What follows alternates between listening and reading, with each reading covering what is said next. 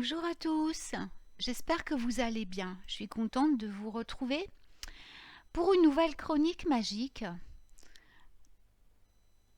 très spéciale pour moi parce que je vais répondre encore une fois à une question qu'on m'a posée. Alors, cette question, elle m'a été posée par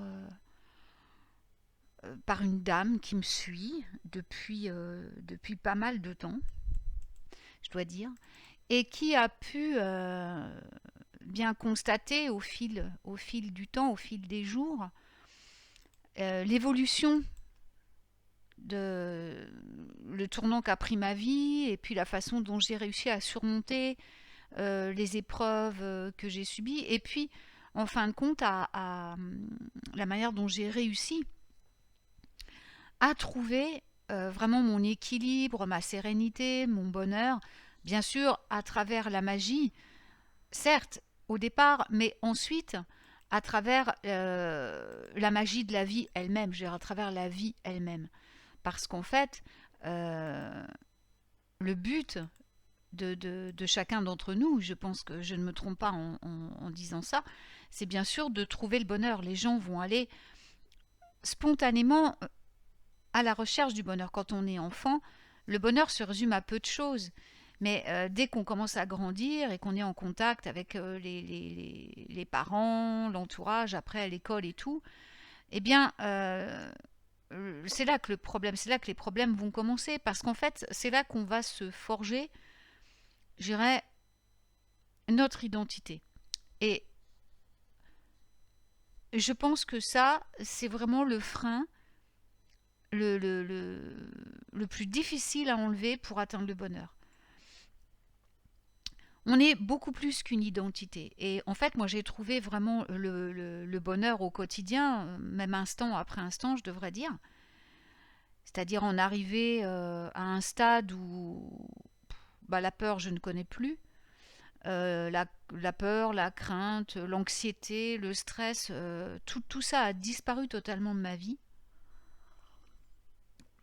Tout a été remplacé par une confiance, une sérénité, une foi en moi-même déjà, et puis en la vie, sans limite. Mais comment est-ce que j'y suis parvenue? J'y suis parvenue, pour résumer, je dirais, en renonçant à mon identité. L'identité, c'est votre nom, c'est votre nom, votre prénom, votre métier, tout ce dont on vous a qualifié depuis que vous êtes né. C'est ça votre identité, c'est qui vous êtes dans la société, ce que vous représentez dans la société. Mais en vérité, à l'intérieur de vous, il y a quelque chose de beaucoup plus grand que ça. Ça ne s'arrête pas à ça, parce que si vous vous limitez à ça, il y a fort peu de chances que vous trouviez ce que vous êtes venu chercher, parce que vous êtes beaucoup plus que votre identité. Et pour vraiment contacter notre présence divine, pour contacter nos élémentaux, pour contacter les esprits de la nature et pour contacter toutes les hiérarchies célestes, on doit mettre de côté notre identité pour redevenir simplement l'être divin qu'on est au départ et qui est venu faire cette expérience de vie sur Terre. Et une autre chose très importante aussi qu'il faut bien comprendre, c'est que le bonheur ne se résume pas qu'à ce que vous possédez, qu'au matériel. Bien au contraire. Il y a des gens qui n'ont rien du tout. Moi, je connais quelqu'un qui n'a rien du tout et qui est super heureux. Qui sait, voilà, qui sait prendre plaisir à tout ce que la vie lui apporte instant après instant. Et j'en suis moi aussi maintenant à ce stade-là. Et j'ai remarqué que dès l'instant où j'ai choisi cet état d'esprit, puisqu'on le choisit, hein, ça ne nous tombe pas comme ça, hein, c'est un travail sur soi, c'est un renoncement à tout ce qu'on a connu jusqu'à maintenant, à tout ce qu'on a été jusqu'à maintenant. Dès l'instant où on abandonne tout ça et qu'on redevient simplement un être vivant, enfin c'est pas simplement, mais qu'on redevient vraiment, je dirais plutôt, un être vivant, c'est-à-dire qu'on vit vraiment, et bien là, toutes les choses se manifestent d'une manière miraculeuse. Et ça, c'est une vérité. Par exemple, je me souviens, il y a quelques mois, j'ai eu besoin de laine. J'ai vraiment eu besoin de laine. Mais moi, j'ai appris petite, hein, voilà, à partir de la laine de tonte à faire ma propre laine. Je la faisais avec ma grand-mère. Et là, pour des besoins personnels et puis pour ma boutique, j'avais envie de trouver de la laine, de la vraie laine de tonte. Et je me rappelle avoir parlé avec une connaissance en Suisse hein, qui avait réussi à s'en procurer pour un prix d'ailleurs tout à fait raisonnable. Bref, je vous le dis parce que vous allez voir. Et je me suis dit, bon bah tiens, c'est vrai que ça a relancé en moi ce truc. Bon, j'aimerais bien, c'est vrai, en trouver quoi. Et puis, bah, je l'ai mis dans ma cabane enchantée. Pour ceux qui ne connaissent pas la cabane enchantée, je donne un atelier là-dessus. La cabane enchantée, c'est le lieu miracle où tout peut, où vous avez tout ce que vous voulez. Pour résumer. Donc, je le mets dans ma cabane enchantée, bref. Puis, j'y pense plus. Et puis, les mois passent, et puis j'atteins enfin ce renoncement. Je réussis à atteindre ce renoncement. Alors, je vous avoue qu'on passe par des phases pas très agréables parce que c'est un nettoyage profond. Donc, on va tomber très très bas. On va tomber très très bas dans l'ombre, bien sûr, parce que ça c'est la voie d'Avalon aussi, hein, on plonge dans l'ombre, vraiment. On va dans les tréfonds de nous, c'est-à-dire qu'on est face à nous-mêmes pendant des mois de solitude, jusqu'à ce qu'on atteigne vraiment ce tréfond où là, c'est le chaos total, la noirceur absolue, avec tout ce que ça peut comporter. Et là, il nous faut amener la lumière dans ce lieu de ténèbres qui est en nous, on l'a tous. Hein. Et une fois qu'on a réussi à faire descendre la lumière dans cet endroit, eh bien là, l'identité disparaît et on redevient à nouveau cet être créateur et divin que l'on est au départ. Donc, une fois que j'ai terminé ce chemin, que j'ai réussi à dépasser ça, tout a commencé à venir à moi, tout ce que j'avais souhaité, tout ce que j'avais toujours désiré au plus profondément de moi, et surtout le bonheur, tout est apparu dans ma vie. Et alors ça m'a fait sourire parce que l'autre fois, j'avais complètement oublié, je vais me promener comme ça, avec chaussettes, je passe beaucoup de temps dans la nature, hein, la plupart de ma journée c'est dehors, par tous les temps. Et je déambule comme ça. Puis j'ai un voisin qui a des moutons.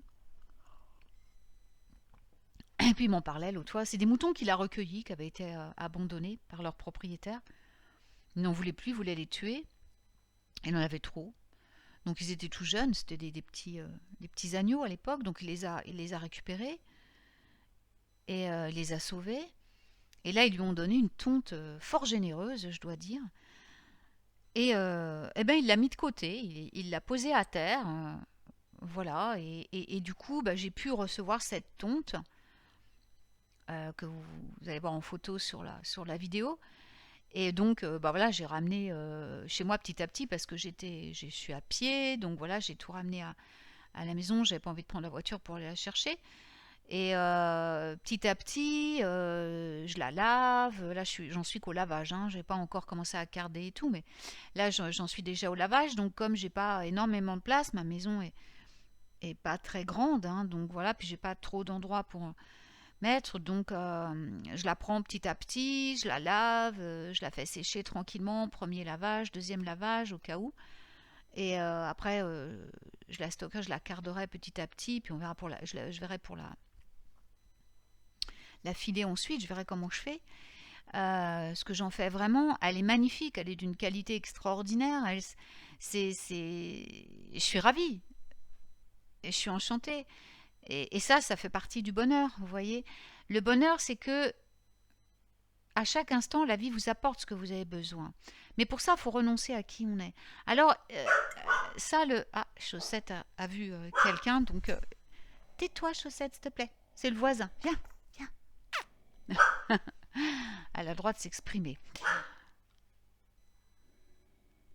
Donc, je vous disais que le bonheur, c'est à chaque instant apprécier ce que la vie vous apporte. Plus vous allez apprécier ce que vous avez, plus la vie va finir par vous amener tout ce que vous vouliez. Mais pour ça, il faut renoncer, donc je le disais, à son identité. Excusez-moi, je souhaite ma fin un peu perdre le fil.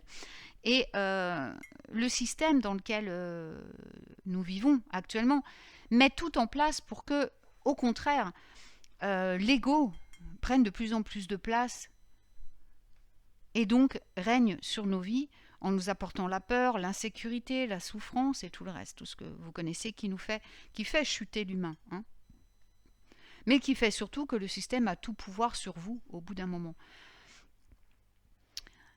Et ça passe bien entendu par les médias, et je crois que le plus grand fléau actuel qui est un obstacle pour la réussite, pour la réussite de nos vies, pour le bonheur, pour je veux dire le bien-être, ce sont les réseaux sociaux. Alors moi, j'ai testé les réseaux sociaux pendant quelques temps parce que moi, ma fille n'habite pas dans le même pays que moi. Donc on communiquait au départ beaucoup par Facebook, par réseaux sociaux. Ensuite, bon, maintenant j'ai plus besoin de ça pour communiquer avec elle parce qu'il y a eu d'autres choses qui se sont mises en place, WhatsApp et tout.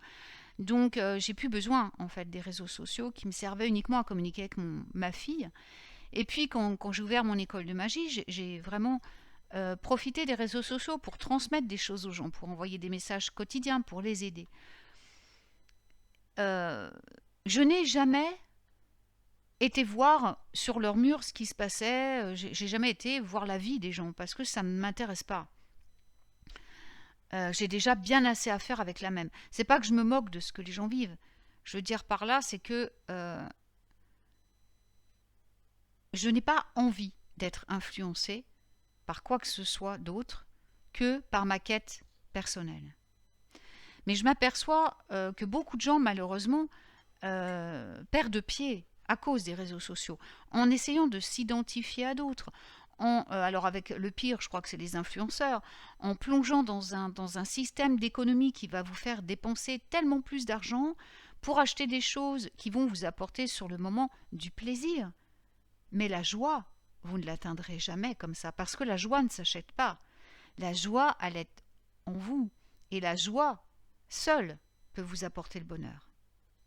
Alors moi, la joie, je l'ai cultivée dès l'instant où je me suis séparée de l'ego. Je l'ai cultivée vraiment en commençant à ouvrir les yeux et à m'apercevoir de tout ce que j'avais déjà. Et je vous assure que je ne m'en apercevais même plus. J'ai commencé à regarder à nouveau tous mes livres, toutes mes statuettes, toutes les choses que j'avais créées, même que j'avais fait presque automatiquement, parce que je restais en contact avec mon esprit divin pendant que je créais, mais après, je les voyais plus. L'ego reprenait le dessus et je les voyais plus. Je créais en conscience, mais je veux dire, dès que j'avais fini, l'ego reprenait sa place. Et je pensais qu'à une chose, c'est voilà, les mettre en boutique pour que les gens les aient le plus vite possible, qu'ils puissent en profiter, que ça puisse leur apporter quelque chose. Et là-dessus, je me trompais. Parce qu'au lieu au lieu de laisser faire le divin qui est en moi, qui est bien plus puissant que moi et qui sait comment faire pour rendre les gens heureux, pour me rendre heureuse moi, puis les autres heureux, ben je voulais contrôler tout ça. Ça, c'est l'ego. Donc, en fait, je faisais plus de bêtises qu'autre chose. Je me fatiguais pour rien. Je ne voyais plus ce que j'avais. J'appréciais plus ce que j'avais. Et puis, en fin de compte, je risquais même de perdre la santé dans ce petit jeu-là. Donc, maintenant que j'ai dépassé ça, que je suis passée de l'autre côté, je me rends compte de tout ça. Et là, eh bien, je redeviens un être vivant. Je prends plaisir à chaque instant de la vie. Je n'achète plus rien du tout qui ne soit lié à ma subsistance ou à mes besoins fondamentaux, les 14 besoins fondamentaux hein, de l'humain. Hors ça, j'achète plus rien. J'en ai plus du tout le désir ni l'envie. Je recycle à nouveau, je reprends mes vieux vêtements que je ne mets plus, je les retransforme comme je faisais avant. Je les retransforme pour en refaire de nouveaux. J'avais des tonnes de laine que j'avais récupérée ou achetée sur le moment parce que voilà, j'avais un peu de sous, j'avais acheté d'avance. Je la réutilise pour moi, pour me faire des accessoires, des vêtements, pour customiser mes vêtements. Je prends le temps de peaufiner mes techniques, de trouver nouvelles techniques de création, des nouveaux points pour faire des choses plus belles au crochet, pour vraiment développer mes dons à ce niveau-là, pour faire des choses plus sophistiquées, plus rigolotes, plus sympas, qui me plaisent bien, des nouvelles formes. Je retourne en récolte. Alors là, l'univers qui m'a amené cette maison, je l'ai déjà raconté, ça, hein, c'est pas moi qui ai trouvé la maison, c'est l'univers qui me l'a amené. Je comprends de plus en plus pourquoi. Bon, c'est vrai que le climat est... Bon, je venais du Lot, hein, donc ça me change vraiment, mais bon, c'est plus mon climat, ceci dit, là. Je l'avais juste perdu parce que je m'étais, pendant le confinement, retrouvée coincée dans le sud. Et moi, je suis une fille du Nord, donc ça revient très vite. Je redeviens très résistante au froid et à l'humidité. Maintenant, ça va, quoi. Mais je veux dire, les premiers temps, c'était pas évident. Mais du coup, là, ils poussent toutes ces espèces de plantes et de baies et tout qui font partie de mes médecines et de mon alimentation. Donc, je repars en cueillette pour manger. Je repars en cueillette pour faire des boutures, pour mes plantes médicinales, pour en replanter après dans la nature, pour refaire partir certaines espèces. Je repars avec mes moyens mécaniques de faire les choses. J'ai ressorti mon moulin à café. Je refais mes produits pour ma peau moi-même. Tous les produits de la maison, je les fais moi-même avec que des choses que je vais chercher dans la nature. Je recuisine, je refais des gâteaux, je refais des choses, je reprends à nouveau ma santé en main, parce que la santé, c'est quand même ce qu'on a de plus précieux, à tous les niveaux. Voilà. Je me suis refait aussi des plaques de charge pour l'eau, pour la nourriture, ce que j'appelle mes plaques de charge. Alors là, moi, j'ai la chance d'avoir mon ami forgeron qui m'a procuré, ah, c'est pas mon ami bûcheron cette fois, c'est mon ami forgeron qui avait récupéré auprès d'un ami bûcheron à lui, qui avait abattu pour un énorme if, plus que centenaire. Et il avait gardé des branches, il avait gardé ça, et il m'avait découpé des rondelles, en if. Donc l'if, c'est l'arbre de l'immortalité, c'est l'arbre de la longévité, enfin un des arbres avec le cèdre et tout. Et du coup, je me suis j'ai tatoué sur ces magnifiques rondelles qui sont très grandes, des mots d'amour. Et je pose ces plaques dessus, je pose mes verres, je pose mes tasses, je pose mon assiette. Alors, mon assiette est en cèdre de Sibérie. Ma cuillère est en cèdre de Sibérie, ma kouksa est en bouleau de Sibérie. Et je les charge avec ces plaques. Je vais bientôt les... Ça fait très très longtemps que je les ai. Là, il faut que je pense à ce que j'appelle les baptiser. C'est-à-dire, je vais les tatouer, puis je vais les baptiser après. Selon la tradition, je vais les bénir comme il faut après. Mais ça met des années avant de s'accoutumer à ces ustensiles naturels parce qu'ils sont vivants. Donc, il faut qu'ils me connaissent, il faut que je les connaisse avant vraiment de les charger et puis de les rendre vraiment magiques. Ils vont me dire ce que je dois faire, vous voyez. Donc bref, j'ai tatoué ces rondelles d'if et je pose mes bouteilles dessus. Je vous le montre dans la vidéo, je prends une photo d'une bouteille d'eau, de ma tasse avec voilà posée sur ces rondelles. Voilà, et elles chargent, l'eau a de la mémoire, les liquides ont de la mémoire, donc je les charge avec ça. J'ai fait donc voilà, j'ai fait les petites vous savez, pour remplacer les cotons, pour se laver le visage, j'ai fait ces petites choses en microfibre, ces petites lingettes en microfibre pour voilà, j'ai fait mes décoctions de plantes pour me laver le visage, voilà. Tout ça c'est dans la vidéo en photo aussi. Et puis j'ai même trouvé, c'est marrant parce que là la vie m'amène tout ce que j'ai, vraiment tout ce que je demande, je l'ai quoi. C'est impressionnant. Je me disais, faut que je trouve faut que je plante un arbre à faisan, faut que je trouve un arbre à faisan pour faire des boutures, pour les fruits de l'arbre à faisan qui sont consommables. Faut pas en consommer trop, hein, mais et je dis ça et 2 jours après, toujours dans mes promenades avec chaussettes, je tombe sur un arbre à faisan que j'avais pas vu. Pour vous dire, il est à 2 pas de chez moi, dans un endroit sauvage qui est à 2 pas de la maison. Et franchement, je passais devant tous les jours pour vous dire à quel point j'étais endormie. Et là que je me suis éveillée. Et une fois, je repense à cet arbre à faisan, je passe devant, je le regarde, je dis, mais c'est un arbre à faisan, mais comment j'ai fait pour pas le voir depuis tous ces mois où je suis installée ici maintenant? Et donc, je vous ai photographié quelques fruits. Bon, là, ils sont pas mûrs, hein, vous allez voir, ils sont encore bien clairs, ils sont pas encore mûrs à déguster, mais c'est quelque chose d'improbable, quoi. Je l'avais pas vu, vous voyez, vous vous rendez compte à quel point l'ego peut nous étouffer, voilà. Et puis donc j'ai fait plein de boutures qui commencent à prendre. Voilà, on voit les roses trémières, on voit le rosier, le laurier qui est grand maintenant, tout ça. Et puis il y a mes toutes petites boutures que je viens de faire et qui, au bout d'à peine 15 jours, commencent à me faire sortir. Je vois déjà ça fait 10 jours à peu près, les petites feuilles qui commencent à sortir sur les boutures d'hortensia, sur celles de chèvrefeuille. Voilà, donc je continue à faire mes boutures. Là, je vais faire les boutures pour les autres aromatiques.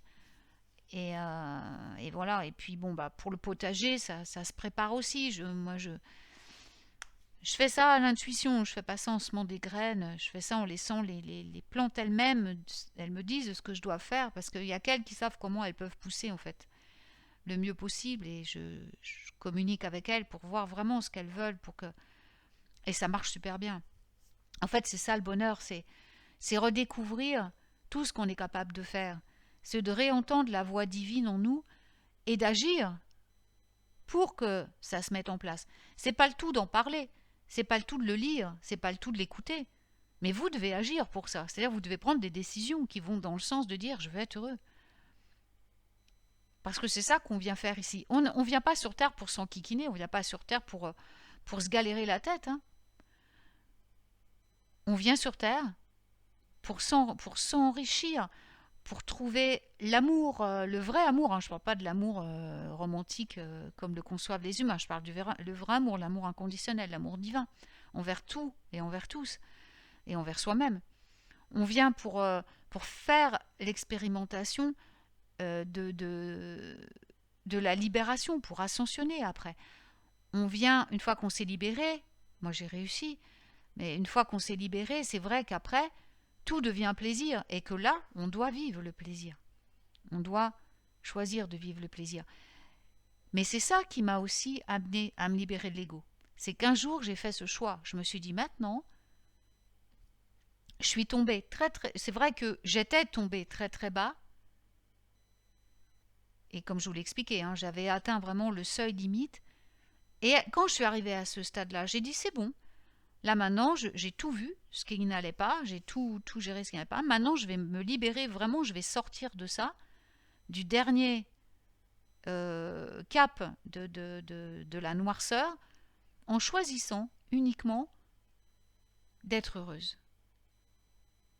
Et dès l'instant où j'ai pris cette décision et où je l'ai mis en pratique, c'est-à-dire que je ne me suis plus occupée ni de mes finances, ni de mon argent, ni de la société, ni des réseaux sociaux, ni de ce que me disaient les gens, ni tout ça. Je me suis occupée uniquement de ce que me disait mon cœur, et j'ai fait uniquement ce que me disait mon cœur, sans m'occuper ni de mes revenus, ni de quoi que ce soit. Vraiment, j'ai tout laissé en charge à ma présence divine. J'ai dit à ma présence divine, tu t'occupes de tout ça, moi je m'occupe de moi. Il faut que je sorte de là. Et je me suis occupée de moi, à fond. Et je n'ai fait à partir de ce moment-là que des choses qui me rendent heureuse et qui me font plaisir. Je me suis plus occupée du reste. Et depuis, c'est là que tout a explosé et que mon ego a disparu. Vraiment. Et le bonheur, c'est ça. C'est quand vous perdez votre identité. En fait, je m'en fous de mon nom, je m'en fous de qui je suis, je m'en fous d'avoir du succès, je m'en fiche de réussir. Je suis heureuse maintenant, j'ai plus besoin de tout ça. Moi, j'ai atteint ce que je voulais. Le reste, ça m'intéresse pas. Je serais pas plus heureuse parce que je vendrais 10 millions de livres. Moi, l'argent, je vais le redistribuer à des gens qui ont besoin plus que moi. Je vais garder que ce qu'il me faut pour payer mes factures et tout, pour mes besoins, pour gâter ma petite fille, mes enfants. Mais le reste, je vais le donner à ceux qui n'en ont pas. C'est plus ça qui me motive. La seule chose qui existe maintenant pour moi, c'est que dès que je me lève le matin, j'ai le sourire, et quand je me couche le soir, j'ai le sourire. Parce que je suis perpétuellement heureuse.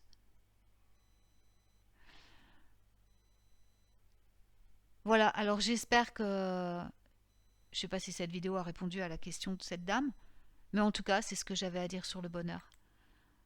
Je vous souhaite une merveilleuse journée et à très vite pour de nouvelles aventures magiques.